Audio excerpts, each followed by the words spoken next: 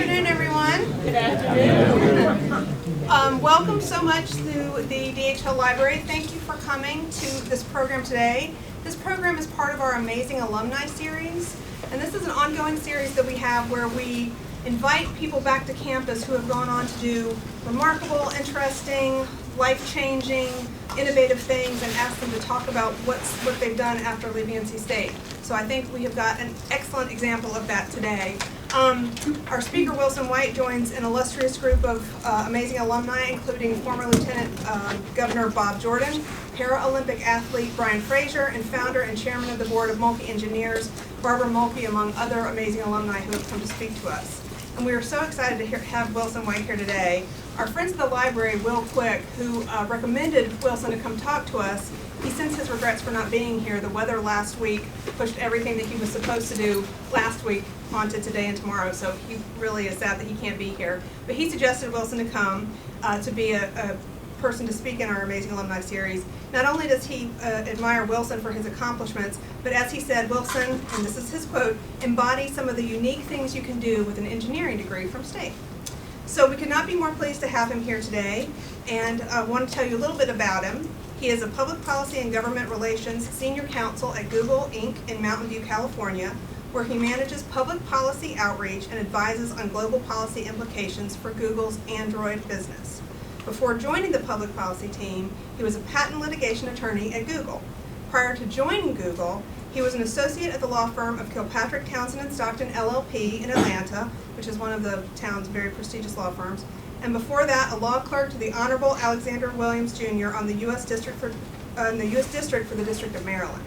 He has had an amazing career path, so he'll tell you a little bit more about that this afternoon.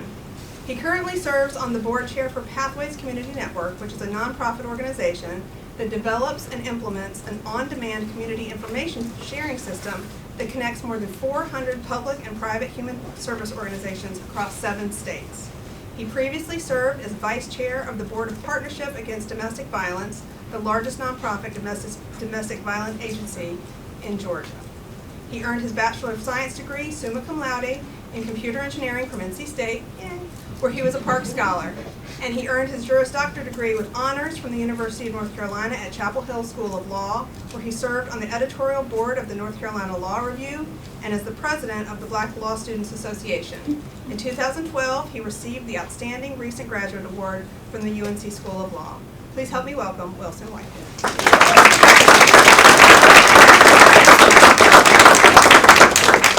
Thank you, Marion, for that introduction, and thank all of you for coming out. I was seriously hoping that the rain would dampen attendance, but we have a full crowd here, so I'll try to be useful for you during the time that we have together. Before we get started and jumping into talking about the things that I've done since leaving NC State, I wanted to thank a couple of people who are in the room who, during my time here at NC State, were strong supporters of me and my career.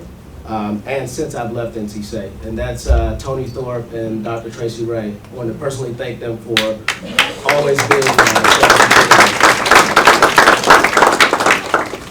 hope I don't embarrass you. So what I thought I would do to make our time most useful is spend a few minutes just talking about what I've done since leaving NC State, and then talk a little bit about what I'm doing at Google now.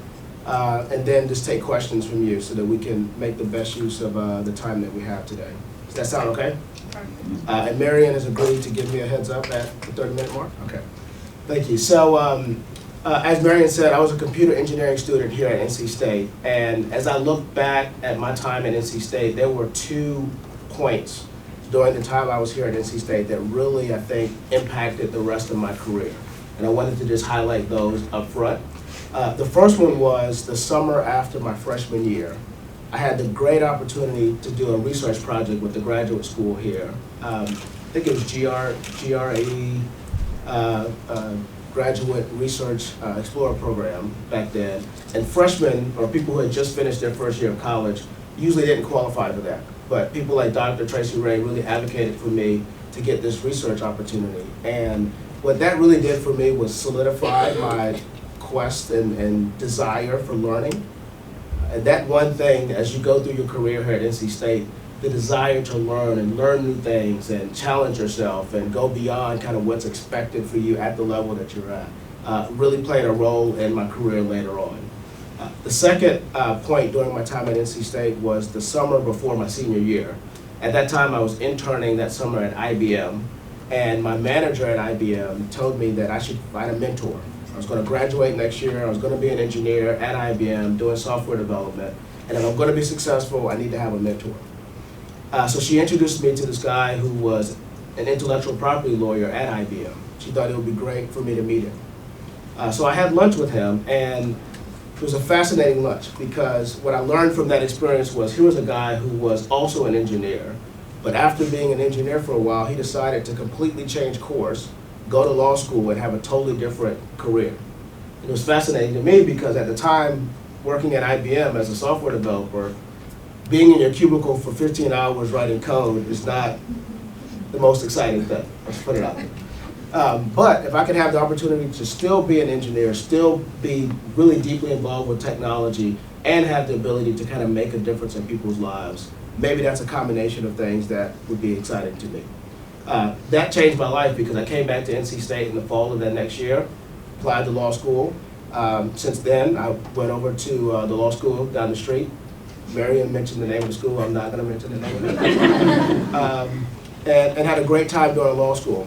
Now, one of the things that I really liked about law school is the fact that it's a very multidisciplinary program. You have people like me who came to law school as an engineer. You have people who are from liberal arts backgrounds. You have all of these people who are they're coming to this program from different perspectives, the way they see the world, the way they solve problems. And the goal of law school, particularly in that first year of law school, is to take all of this kind of diverse way of approaching the world, deconstructing that, and then teaching you how to think like a lawyer, essentially giving you a new way of approaching problem solving. And I thought that was very fascinating for me. After law school, I got the great opportunity to clerk for a federal judge. Clerking sounds like why would you have like an administrative post? It sounds administrative, but it couldn't be further from that. When someone says that they're a clerk or a law clerk for a federal judge, what that really is that's the person who is behind the scenes reading all of the legal briefs that the lawyers are submitting.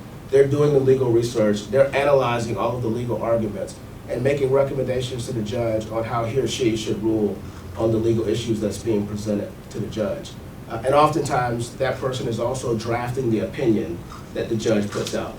So when you see the Supreme Court hearing this big case and the Supreme Court gives its opinion, it's typically the law clerks who are behind the scenes doing the research, coming up with what the analysis should be, and making recommendations to the judge or justice on how the case should come out. So I did that for a year. And during the time that I was a law clerk, the judge who I clerked for, who is a big mentor of mine even to this day, he's retired from the bench, but we still talk weekly. He periodically would pass opportunities over to me that I should check out. I ignored all of them because at the time that I was clerking for a judge, I had already secured a job at the law firm in Atlanta. And I was looking forward to actually having a job where I made money and not being in kind of government service with the judge. But those opportunities really, I think for me, solidified how he was investing in my career, how he was thinking about things that I should be thinking about further along in my career. So one of the themes that you can tell already is this theme of mentorship, having someone who's thinking about your career, who's willing to invest in your career, and who's willing to take the time to help you chart your own path. So I ignored all of the judges' kind of overtures for opportunities for me. I went to Atlanta, went to a law firm, and finally made good on this goal of mine to be a patent lawyer. So I was at the law firm in Atlanta doing patent litigation, which is essentially you're in court on behalf of your clients when they've been sued or want to sue someone on patent infringement, helping them protect their intellectual property rights. As I was doing that at the law firm, I really got involved with it. I loved it. I found my calling. I was a lawyer. I was doing technology litigation. I was doing exactly what I thought I was supposed to be doing.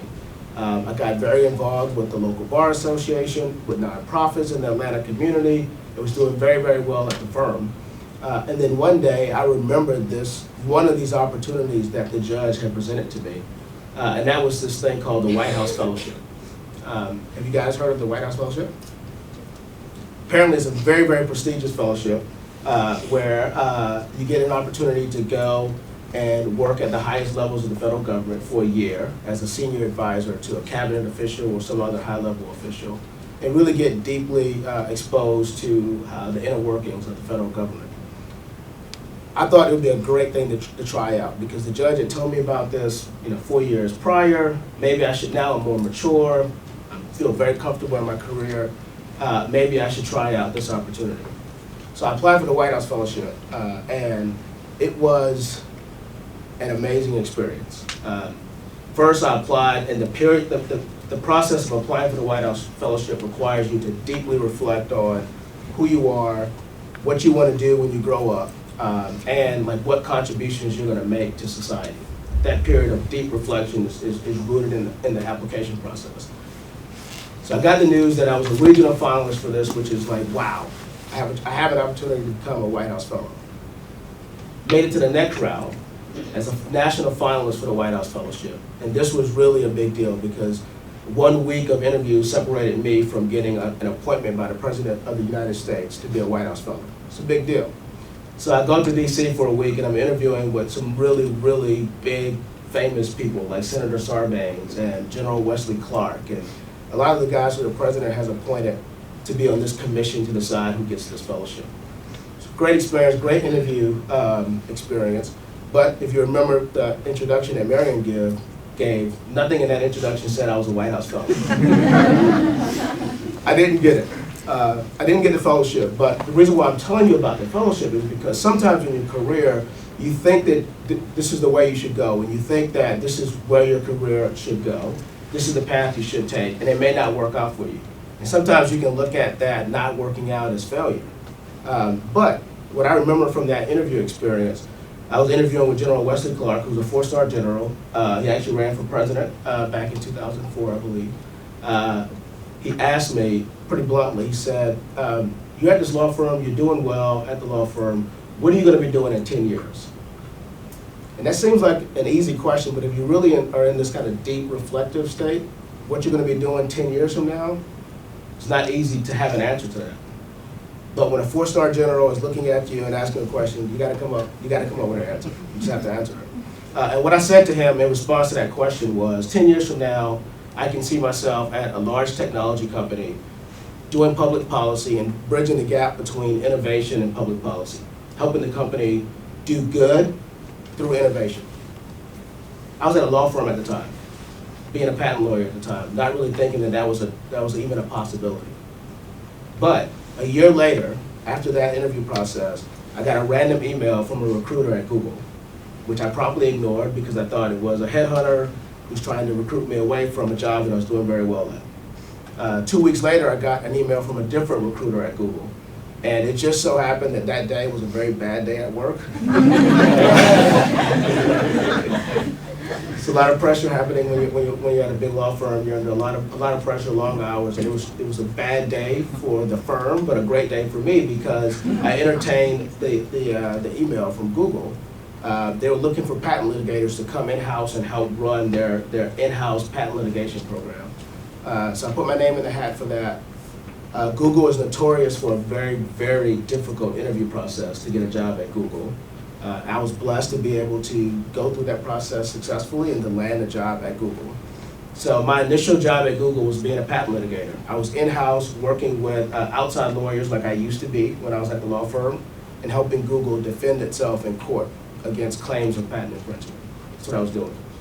And then about 18 months into doing patent litigation for Google, Google got to a place where they felt comfortable publicly announcing this new project that they had called Google Glass.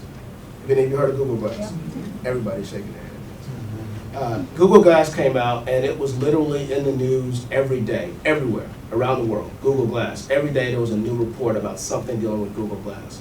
So it was a very exciting project. But what Google didn't get is whenever you're introducing such transformational technology kind of into the world, there are going to be public policy implications to that. And so immediately after putting this project out, we started getting letters from senators and regulators, around the world, expressing their concerns about some of the public policy issues around this new technology. And so Google was forced to create a position for someone to come in and deal with the public policy implications of this new project.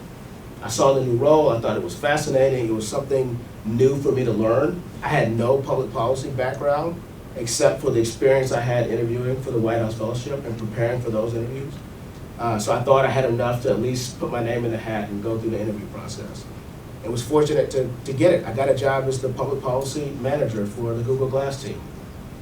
And in that role, I traveled all over the world, all over the US, fighting these public policy concerns of a new technology, which is exactly what I said to General Clark a year earlier, that that's what I would be doing in 10 years, being that person at a big technology company, helping bridge the gap between innovation and public policy issues.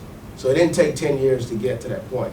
And although I didn't get the White House Fellowship, I got a great value in going through that process and thinking about some of the things that I want to do with my career. So in terms of the Google Glass story, I brought a video just so, for those of you who've heard of Google Glass, I wanted to show this video to show why we thought Google Glass had promise and why we thought it was a good project to try to fight for.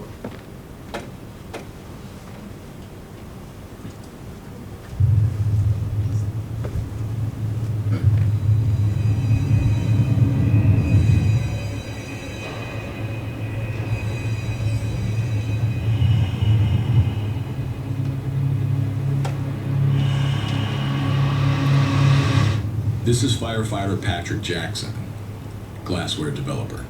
Okay, guys, show the floor plan. He wants to give firefighters hands-free access to the information they need, when they need it.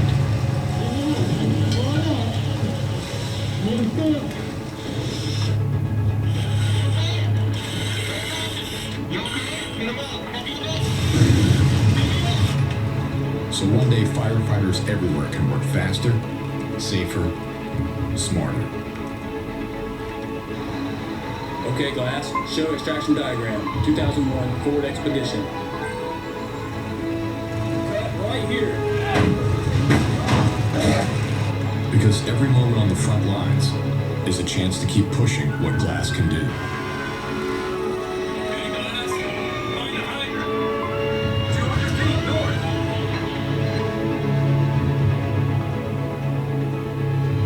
This is Patrick Jackson, firefighter, developer, and fearless explorer. Okay, you guys have to ignore the fearless explorer part. That's our marketing team getting the picture. So I like showing that video because it really highlights how technology can actually make a big difference in people's lives. My job when I was working on the Google Glass team was to make sure I helped policymakers, lawmakers, and regulators around the world understand that. So if they are thinking about new laws or new regulations, yeah, whenever you have new technology, there are new issues that you have to address, but you want to make sure that if you're coming up with new laws and new regulation, that you're doing it in a way that's leaving room for future innovation. And that was my job when I was working on the Glass team. Now, we did a very good job with that. Policymakers loved it. They loved the product. There were no bad laws that were passed to ban glass or anything like that. And my award for helping the Glass team get into a stable place was to get a lot more work doing the same thing. What our team understood was having someone who understood the technology, so they had the credibility with our engineers and our product teams, who could also go and deal with people like lawmakers and regulators and speak their language as well. It's a very useful thing. And being an engineer, having been a patent lawyer, having been an IP lawyer, and having worked in-house at a company dealing with business issues, it was the perfect combination of skills to make that job successful for me. So as an award for that, I'm now doing what I did for Glass for Google's entire mobile business. So I head up public policy and government relations for our Android business, for Google Play, and for all wearables like Glass. You may have seen the Google Watches. Everything that's mobile, dealing with the public policy and government relations issues, that's now my responsibility.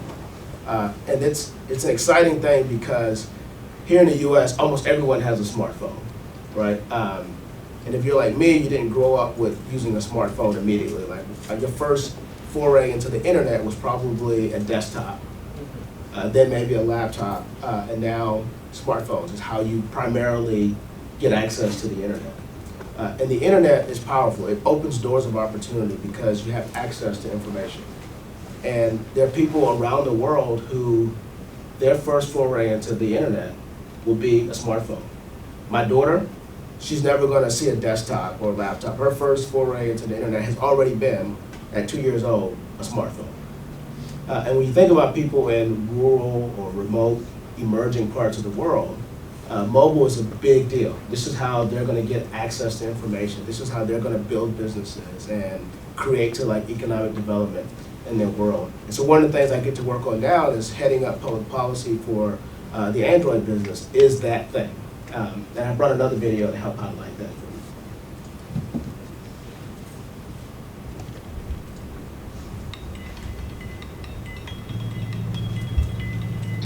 One will change the way we think. One will start a movement. Another one, it creates. One will inspire another, which will inspire another, which will inspire them all. One will deliver a speech that unites a country. Another will bring a family together. One will shoot a video that millions will see. While one will send the most beautiful love letter ever written. One will make us laugh. One will make us cry. One will make us believe in the potential of everyone.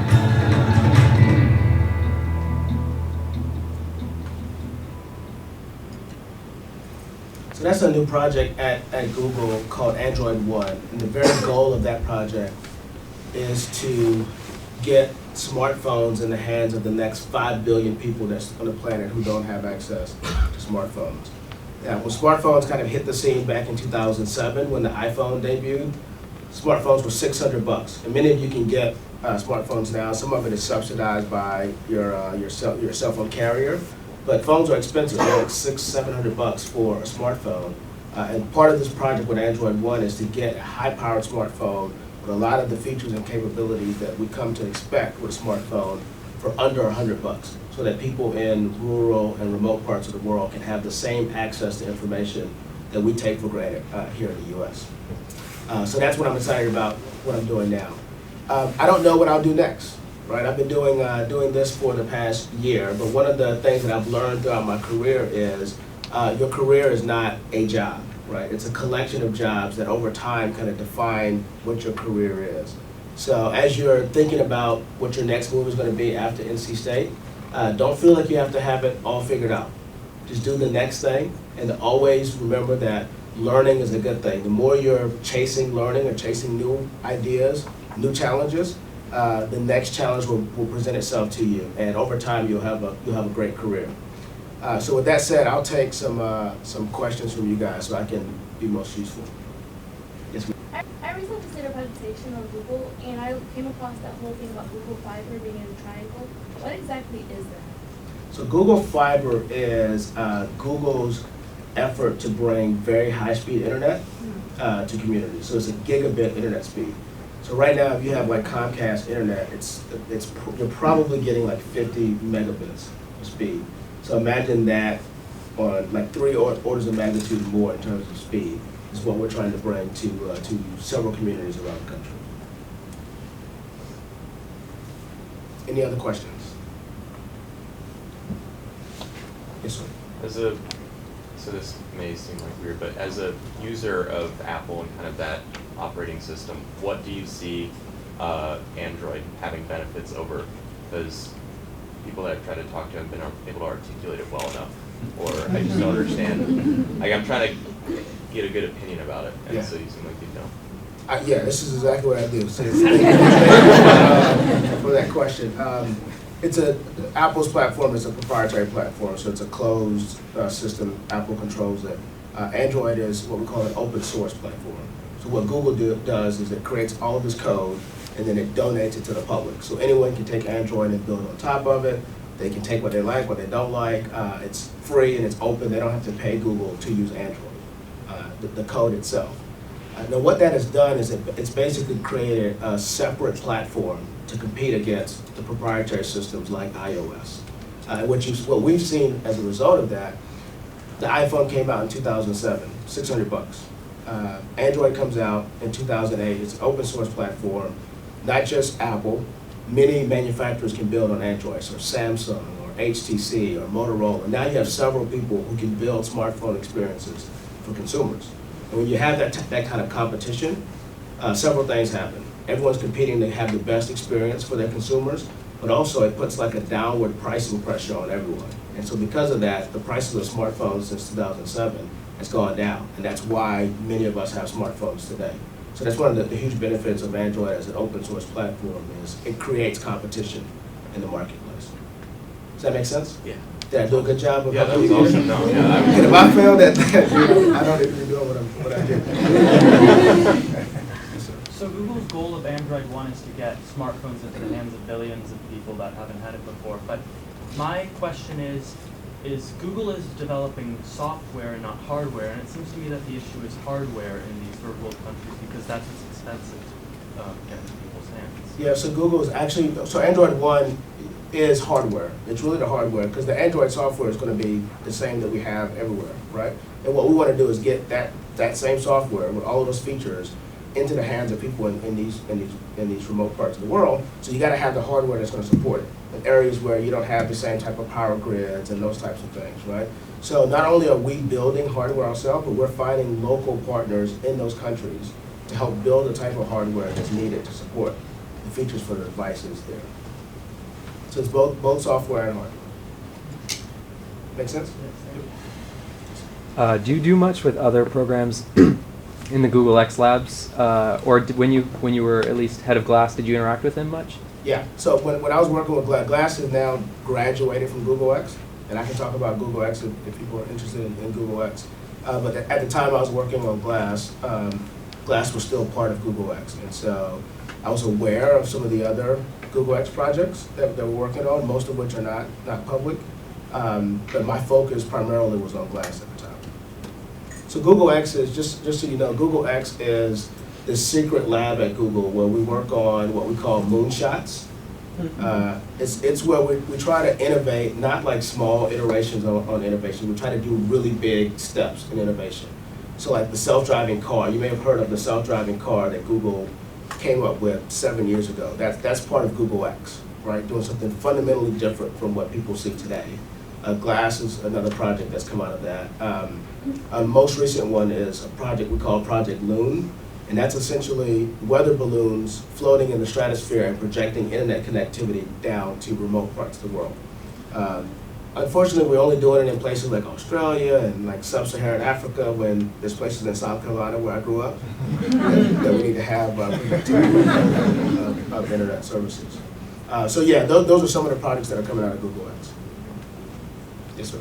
Wilson, you made mention of having a mentor, and this is something I've heard in my career. So what are some characteristics you look for in having a good mentor and somebody who's going to benefit you? It's a very good question. Did you guys hear that? The question was, in terms of a mentor, what are some of the characteristics you want to look for in a mentor when you're trying to decide who's helping you with your career?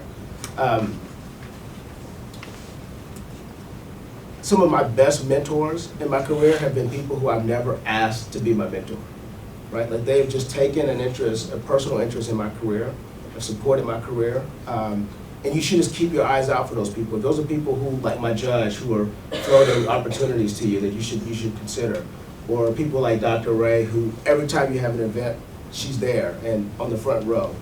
Those are people who are actively taking an interest in your career, and that would be the first characteristic that I would look for in mentors. Who actually cares about my career and is willing to invest in it? And the other one is, can this person mentor you? Can they make time for you? Can they allow you to bounce questions off of them? Can they make a phone call for you if you get stuck at a point in your career to help you get past that point?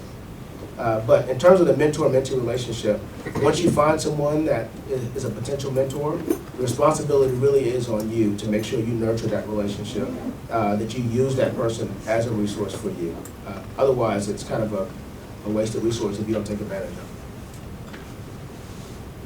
Yes, ma'am. Some of us may be considering going to law school, and sometimes we're conflicted as to whether to go immediately into law school or to like put it off after like job experiences. And so I wanted to know your perspective on that since you were into law school. Yeah, whether to go straight into law school or work and then go to law school. Law school is really, really, really hard. And the first year of law school is even harder than that. So it's a personal decision. I do think if you are a graduating senior and you feel like you're ready to go into another rigorous academic environment, then you have to be ready to go to law school. If that's not the case and you want to spend some time deciding whether law school really is for you or to see what's in the industry and kind of what you may be interested in doing with your career, taking a few years off to work, that's not going to hurt you if you ultimately decide you want to go to law school and to be a lawyer. Or grad school or whatever you want to do. This is not limited to law school. I think the same would apply for other graduate type programs. Sir. What kind of legal issues have you faced when working with Google Glass when it comes to issues like privacy? And I mean, I know that it's not really progressing, I think, at the pace at which Google wanted it to progress maybe. So where do you see this kind of technology going in the future? All right, so the question was legal issues around Google Glass and where do we see that type of project going forward? A lot, right? So you have now a supercomputer that people are wearing on their face like glasses, right? Like that's some weird stuff. And it's going to raise issues around privacy, right? Like there may be people who think that this thing that has a camera on it, that it's always on, it's always recording them. So it creates some very serious privacy issues. So that's a big one, which you noted. It also creates safety issues. Can you imagine driving a car and you have this thing now where you have a display that people can be interacting with when they're behind the wheel? So highway safety is another kind of big issue. It's come up when you look at technology like this. You probably have heard about some issues around having a cell phone like on your head for long periods of time. Imagine if that's just sitting on your face, like glasses, right? A supercomputer with radiation and those types of issues. So that's just like a kind of a quick list of like some type of the legal and policy issues that we have to wrestle with the technology. One of the things that Google did very well with Google Glass, and we may use that as a model for other projects going forward, is Glass was in a very much beta form. Very early stage development. Most companies, what they do is they get all the engineers together and they build a project and they wait until they think it's in its best form and then they put it out to the market. That's not what we did with Glass. So it was very much an early program, and we called it the Explorer program, where we gave only limited number of devices out to really see how is the public going to react to this, what do people like, what they don't like, what we can improve. And then we're taking now that feedback back to build what the next iteration of Glass will look like. So we're actually, I know I've seen some of the media reports around like Glass not being as successful as Google thought. A lot of people kind of speculate on what they think Google thinks. No one would have thought that Google would build a computer that you wear on your face. But what we're doing now, the process we're in now with Glass is taking all that feedback we got from the 2-year kind of public beta program and really narrowing down what the next version of Glass will look like. It's going to be pretty exciting. Yes, sir. Well, I mean, this is kind of the first time I've ever seriously thought about a 10 years from now kind of thing. I don't know, 10 years, that's probably about maybe something like that. But like, where do you see yourself now in 10 years? Has it changed? Do you think you do something different? It's so much easier to answer that question when you're not a 4-star general asking me that. 10 years from now, who knows? I don't know. What I think I want to be doing 10 years from now is being in a position where I am impacting like larger policy issues, like on a global scale, right? I feel like working at a company like Google gives you a good platform for that because you're seeing global issues. And so that's one of the things I'd want to be doing in the future.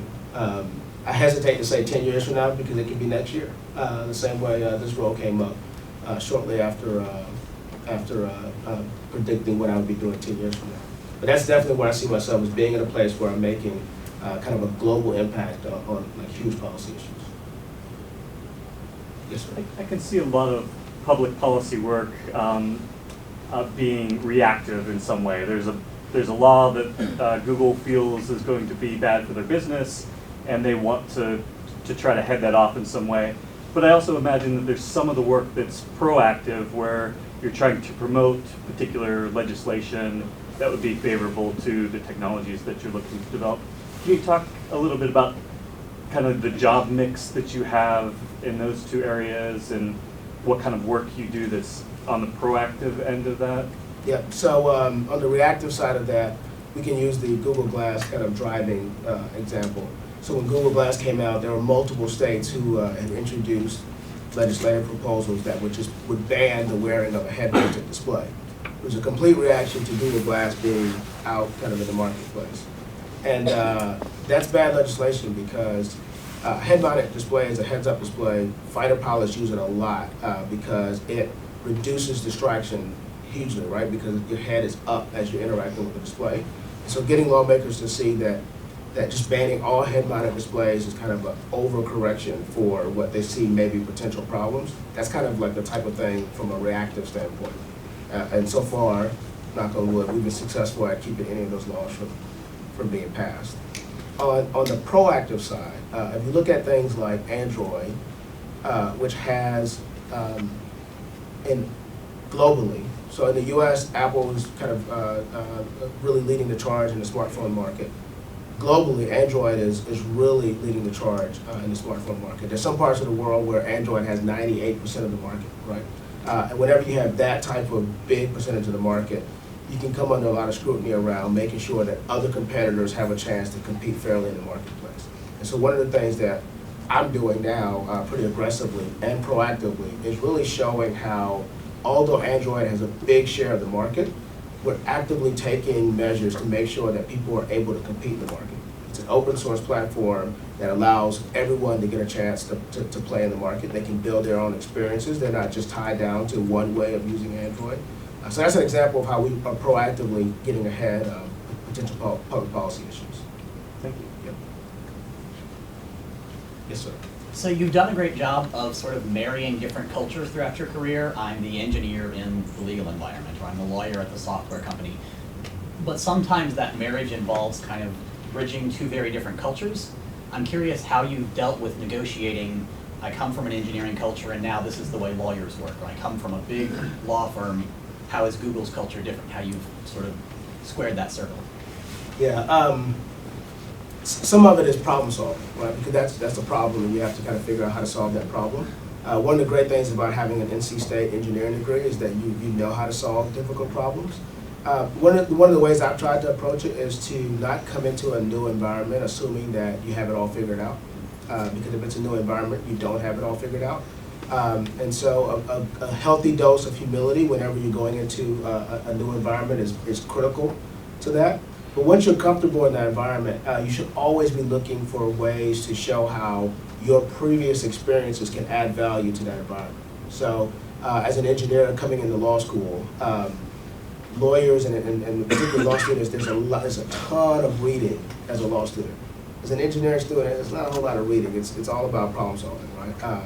Math, but not big papers and that kind of thing. But what you do learn as an engineer is how to think logically through a problem, right? How to narrowly define the problem, narrowly define paths to a solution. And so when I went to law school, which is a totally different kind of environment in engineering, one, figuring out how an engineer can add value in that environment, which is how can we logically approach problem solving. And then I think I've used that same kind of process into going into different environments. One, being humble and understanding that you don't have it all figured out yet. And then once you are comfortable with the content, figuring out ways to show how your previous experiences can add value to that new environment. Does that make sense? Dr. Ray? So Wilson, when you hear about your story and your journey, it sounds like you've just been on this serious fast track. You almost jumped from South Carolina to Google. You were moving so quickly. I remember you, of course, when you were 18 as a freshman, and the only difference is that little thing hanging right there. So for someone who is looking at your level of success, what's the value of moving as quickly as you have, you know, to achieve the success you have, and what's the challenges that come along with that upward mobility that's happened so quickly? Yeah, well, it doesn't feel like it's been quickly. It's been a long haul, but it's a very good question. I think our generation is not the generation, and you guys are going to be even kind of better at this than my generation. But we're not the generation that's going to be at a company for 30 years, right? Our full career will be in one place. That goes back to this like desire to continue doing different things and those challenges. So for me, it's been great to be able to like move through environments very quickly, learn things, and kind of quickly gain like the type of responsibility that makes the job exciting. But there are serious challenges with that, right? Because oftentimes I'm the youngest person in the room, right? Or someone who hasn't had years of experience in the space.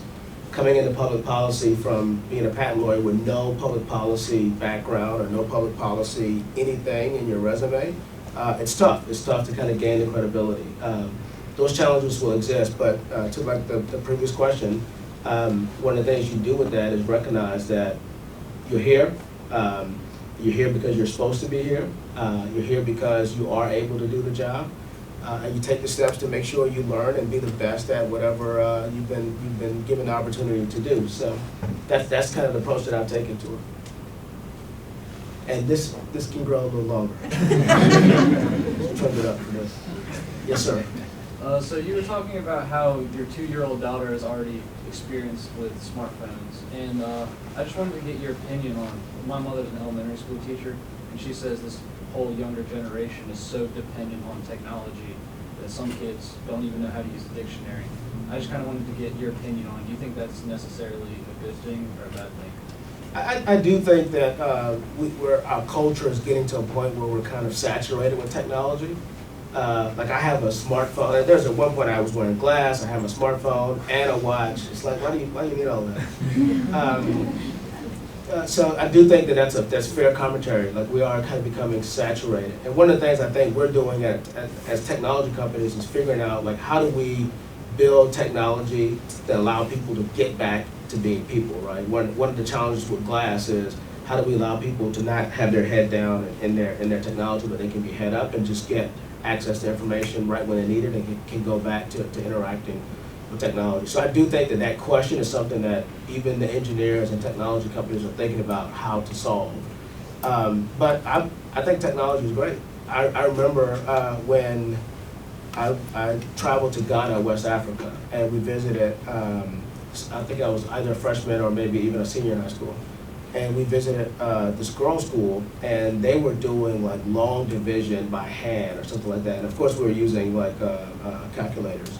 And it was nice that they were doing that, but I'd much rather use the calculator to get the answer to the question. So there has to be a balance between where technology exists and how we still kind of interact as human beings. But it's a fascinating question and one that people are thinking very hard about. Yes, sir. I know you grew up in the great state of South Carolina. It's the best. When you think about what you learned growing up that you still draw strength from now, what would you say they are? Did you guys hear the question? The question is, I grew up in the great state of South Carolina. And what values that I have growing up that I think still kind of get me through my career even today? Is that fair question? I would say there are four kind of principles that were part and parcel of my kind of upbringing at home in South Carolina with my family that I think have always been with me. The first one is hard work. There are no shortcuts. If you're going to be the best at whatever you've been given the opportunity to be at, you have to work hard, period. That starts in the classroom, on the job, in community activities that you're doing. You have to put the work in. You have to work hard. That was true for me growing up as one of 6 kids, and it's true now working at a company like Google. The next one is integrity, which I like to say is doing the right thing even when you think no one is looking, right? Just be on the right side of every issue. So if there's something that's questionable, you don't want to get anywhere close to the line. And that's a value that I think has served me well so far in my career and in life. The next one is giving back. I was very blessed to grow up in a loving family. People who have invested in my life. I've mentioned people here like Dr. Ray and Mama Thorpe who've personally invested in my life. And if people have done that for you, I think you do have an obligation to invest in other people's lives and to help other people out and to be involved in your community and to be involved in issues bigger than yourself. So that's another one that's I've taken with me. And then finally, humility. We don't know everything. I don't care how smart you are, someone's smarter than you. I don't care what school you went to, someone went to a better school. How much money you got, someone got more money. So whenever you approach a situation, having a very healthy dose of humility is important. For me, the way that played out growing up, I grew up in a family of 5 boys, 1 girl, 2 older brothers and 2 younger brothers. So while I could kick my younger brother's butts, my older brothers kicked mine, right? So I couldn't get too far ahead of myself when approaching my younger brothers. So those 4, hard work, integrity, giving back, and humility are the values I think from my upbringing that are still with me today. Yes, sir. You've indicated about how learning how to solve problems as an undergraduate played out in where you're at. What about other experiences as an undergraduate? What other things would you think about may have played a role in how you see the world or what you've done? The question is, like, what other experiences other than learning how to solve problems as an undergrad have played out as important things in my career? The one that immediately jumps to mind is relationships. So while you're here and you're in college and your primary thing is academics, right? Your primary reason for being here is to make good grades and to have a degree so you can get a good job. But like the people you meet here and the relationships that you build here are fundamental to a successful career. Like I see in the room a lot of my fraternity brothers and friends, even from when I was in college, right? Like 12 years ago, I graduated from college and they're here to hear me give a speech about what I've done in my life, which they all know. But those relationships that you nurture here at NC State, these are going to be the people who are on the other end of a phone call you get because there's a great job opportunity for you. Because they remember hanging out with you at State and they know you're a good person and they want to make sure you have an opportunity. These are the people who are going to be your clients, right? Or people who are helping your business grow.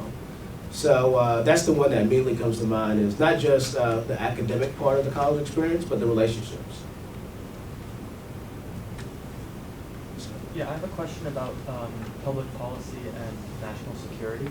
So just for the sake of discussion, how would you frame the policy? How are you framing policy when Android phones and the Google networks could be used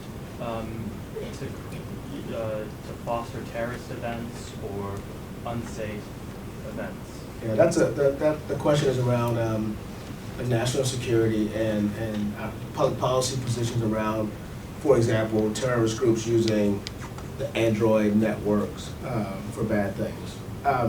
For me, this is an easy one because bad people are going to do bad things, right? And if you build a policy that's overly weighted towards kind of correcting bad people, you're going to miss huge opportunities because bad people are always going to do bad things. And so as long as we build the security with Android or whatever product that you have in a way that best protects people who are intending to use this the way it's intended to use, I think you're doing the right thing. You could easily imagine a world where you're trying to make sure that no one does anything bad with this, because you usually miss out on a lot of innovation and a lot of opportunities for the mass majority of people who are actually going to do the right thing. A follow-up question? Yeah. So how do you deal with the government when the government wants information that Google has? Yeah, so that something blew up with the Snowden revelations that the NSA was like secretly trying to tap a lot of the internet companies' servers, which it was a bad thing. We spoke out pretty strongly against that. But we're a corporation that, exists in the U.S., and so if the government has a legitimate request for information, and they go through the proper channels, they go to a judge who has jurisdiction over the issue, and they get a subpoena, and they present that to us, then we'll comply with, court orders. But we're not an arm of the government, and if the government wants something, they automatically get it. They'll have to go through the proper legal channels. So you touched on this briefly earlier, but you're saying that your career is defined not by just one job you spent for 30 years, but multiple jobs that well define you. From your opinion, how would you view the other side, though, for people who believe in that kind of stability of having one job for 30 years because they're comfortable with what they're doing, and they feel like they're exploring the depths and nuances in that job? That's exactly right. Like if you have a job and you're there for 30 years, you may be doing multiple things at that job.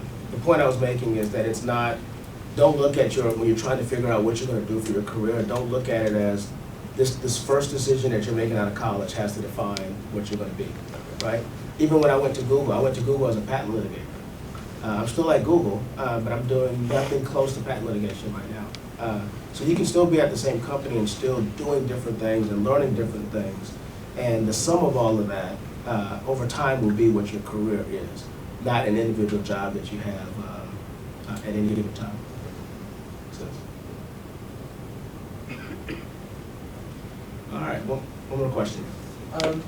This isn't as, I guess, heavy as others that have been asked, but whenever you were a student at NC State during your undergrad career, what type of extracurricular things were you involved with on campus? What did you kind of do to aside from academics in your undergrad career? Okay. I was part of the Park Scholars program here, so there are tons of programs that go along with that. For my first year and a half, I was in the Student Senate. It makes sense now that I'm doing government relations stuff, because I got a lot of practice doing like mock legislative activities here in Student Senate. I was part of the Society of African American Culture. I was very involved with SAC. I was a member of Omega Psi Phi fraternity here on campus, so I did a lot of Greek life activities. And Dr. Ray would know, because she made me do a lot more than that. But I was a symposium counselor. And you came back as a grad when you were studying for the bar? Yes. See? Yeah. Peer mentor program, yeah, so, yeah, whatever she says I did, she made me do it. Yes, ma'am. I have a comment as a regular consumer who often has a love-hate relationship with the internet technology and people.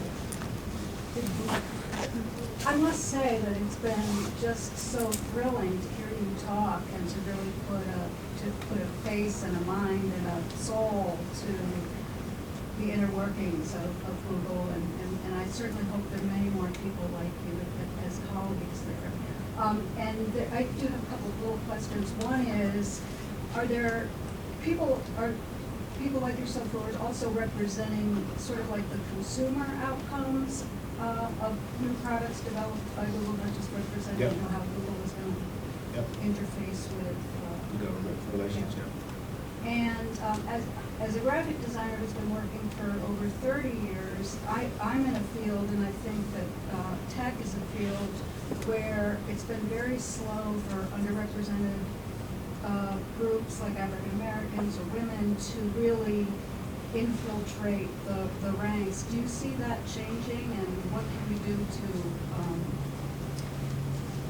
it doesn't seem to be changing fast enough for me. Me either. It's to your first question, of course, we have people who are focused on the consumer aspects of our products that we're putting out, what implications they have for consumers, that kind of thing, for sure. The second question around diversity in tech and how do we deal with that problem. It's one that's now, for I think the third iteration of it, is kind of being discussed in Silicon Valley right now. Google was the first tech company a few months ago to put out our diversity numbers, and they were pretty bad, women and minority groups. And it's not an easy problem to solve because one, you have to have a pipeline of students who have the backgrounds and who have the interest in working in kind of a tech field. So one of the things that you guys can do here at the university level is to really ramp up recruiting of women and minority students in the tech disciplines, in the STEM disciplines. If we don't get them here, we'll never get them at companies like Google, right? And then nurturing that pipeline, companies like Google, we have to do a very good job of making sure that when people like me successfully get a job at Google, that we stay at Google, right? And that other minority people who are coming through the universities, they see that it's possible for someone that looks like me, a woman or underrepresented group, to have a job at a company like Google. And so it's a multifaceted problem. We have to do a better job of it, but it's at every level that everyone has to understand the importance of having that. And the reason why it's important is not just to have more women or to have more minorities working in tech. The reason why it's important is because, like Google Glass and like Android One, technology is increasingly becoming its job to impact people's lives. And if you have a very homogeneous group of people who are deciding how technology is improving people's lives or impacting people's lives, it's going to do a lot of damage to people who aren't part of that homogeneous group. And that's why it's important for us to do it. It's a serious issue if we're going to have technology impacting people in a real and lasting way. Good? That was... All right, so thank you all for coming out and hearing me out.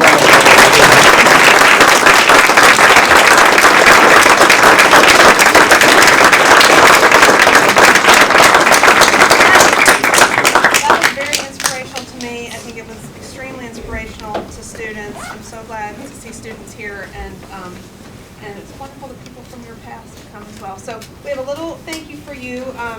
We have the poster that publicized your talk, framed for you, so you can take this back and hang it in your office or wherever you would like to. And thank you so much for being part of this amazing alumni series. You're very nice. Thank you so much. I